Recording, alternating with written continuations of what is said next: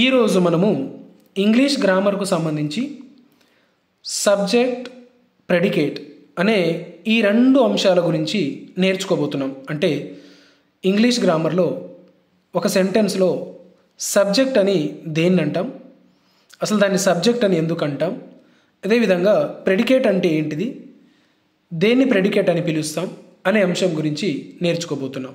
ఒకసారి వీటి గురించి ఇప్పుడు నేర్చుకోవడానికి ప్రయత్నం చేద్దాము. Every sentence has two parts. ఇంగ్లీష్లో ప్రతి సెంటెన్సు రెండు భాగాలుగా విడిపోతుంది. అవి ఏంటిదంటే ఒకటి సబ్జెక్ట్ గాను, రెండవది ప్రెడికేట్ గాను ఉంటుంది. అయితే ఈ రెండింటి గురించి ఇప్పుడు నేర్చుకుంటాం కాబట్టి మొదట సబ్జెక్ట్ గురించి నేర్చుకుందాము, తర్వాత ప్రెడికేట్ గురించి నేర్చుకుందాము. వీడియో చివరిలో ఈ రెండింటిని కలిపి నేర్చుకుందాం. సో మొదట ఇప్పుడు సబ్జెక్ట్ గురించి చూద్దాము. అసలు సబ్జెక్ట్ అంటే ఏంటిదంటే the subject is the person are thing. అంటే ఏదైనా ఒక సెంటెన్స్లో పర్సన్ను కానీ థింగ్ను కానీ సబ్జెక్ట్గా అంటాం. అది ఎలా అంటే దట్ డస్ అన్ యాక్షన్. అది ఎలా అంటే ఆ సెంటెన్స్లో అది డూవర్ ఆఫ్ ద యాక్షన్ చేసేది అయి ఉండాలి. The subject of a sentence can be a noun are pronoun. అయితే ఆ సబ్జెక్ట్ అనేటువంటిది నౌన్గా ఉండొచ్చు లేదా ప్రొనౌన్గా కూడా ఉండొచ్చు. సో ఇప్పుడు ఒకసారి ఎగ్జాంపుల్స్ కనుక చూసినట్లయితే మనకు క్లియర్ కట్గా అర్థమవుతుంది. That girl is singing. So ఇక్కడ గమనించండి, that girl is singing. So ఇక్కడ పాడేది ఎవరు? That girl. సో గర్ల్ అనేటువంటిది doer of the action. Okay, so action చేసేది గర్ల్ కాబట్టి ఇప్పుడు ఇక్కడ సబ్జెక్ట్ ఏదవుతుంది? Girl. Here girl is doing the action of singing. Okay, so girl a singular noun is the subject. So ఇక్కడ girl అనేటువంటిది subject అవుతుంది. అదేవిధంగా చిల్డ్రన్ ఆర్ ప్లేయింగ్. సో ఇది గమనించినట్లయితే హియర్ ఇక్కడ ఎవరు ఆడుతున్నారు? చిల్డ్రన్. సో ఈ చిల్డ్రన్ అనేటువంటిది subject. Here children are doing the action of playing. So children a plural noun is the subject. So ఇక్కడ చిల్డ్రన్ అనేటువంటిది ఏంటిది? Plural noun. సో ఇక్కడ ఈ డూయర్ ఆఫ్ ద యాక్షన్ ఎవరంటే ఇక్కడ చిల్డ్రన్ కాబట్టి సో చిల్డ్రన్ అనేటువంటిది subject. Next, she is reading A story. ఆమె ఒక స్టోరీ చదువుతున్నది. సో ఆమె. Here she is doing the action of reading. So here she is the subject. So ఇక్కడ పని చేసేది ఎవరు? షీ. సో ఇక్కడ షీ అనేటువంటిది అనే ప్రొనౌన్ సబ్జెక్ట్గా మనము గుర్తించాలి. దీని తర్వాత they are painting the house. So వాళ్ళు హౌస్ను పెయింట్ చేస్తున్నారు. సో ఎవరు చేస్తున్నారు? వారు. Okay, so here they are doing the action of the painting. So they అనేటువంటిది is the subject of the sentence. Okay, so కామన్గా ఇంకా ఈ సబ్జెక్ట్ అనేటువంటిది సెంటెన్స్లో మొదటగా ఉంటుంది, స్టార్టింగ్లో ఉంటుంది. గమనించండి, స్టార్టింగ్లో ఉంటుంది. సో స్టార్టింగ్లో ఉంటుంది అండ్ యాక్షన్ చేసేది కూడా అదే కాబట్టి సో దాన్ని మనము సబ్జెక్ట్ అని పిలుస్తాం. ఓకే, దాని తర్వాత ప్రెడికేట్ అంటే ఏంటిదో ఒకసారి చూద్దాం. The predicate, what ever we speak about the subject is the predicate. అంటే సబ్జెక్ట్ గురించి చెప్పేదే ప్రెడికేట్. సబ్జెక్ట్ ఏం చేస్తుందో చెప్పేదే predicate. In other words, mark the subject first and the rest of the sentence is the predicate.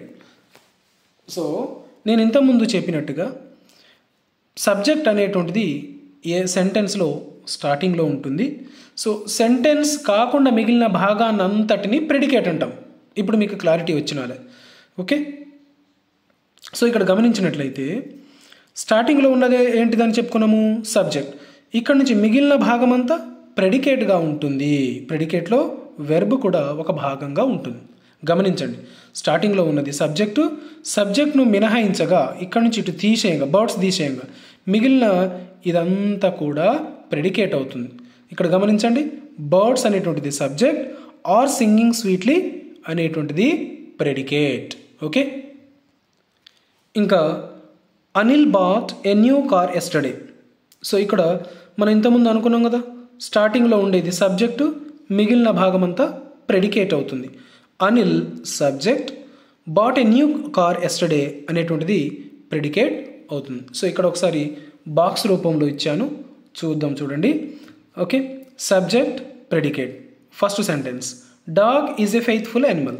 So ఇక్కడ dog అనేటువంటిది subject అవుతుంది, మిగిలినదంతా ప్రెడికేట్ అవుతుంది.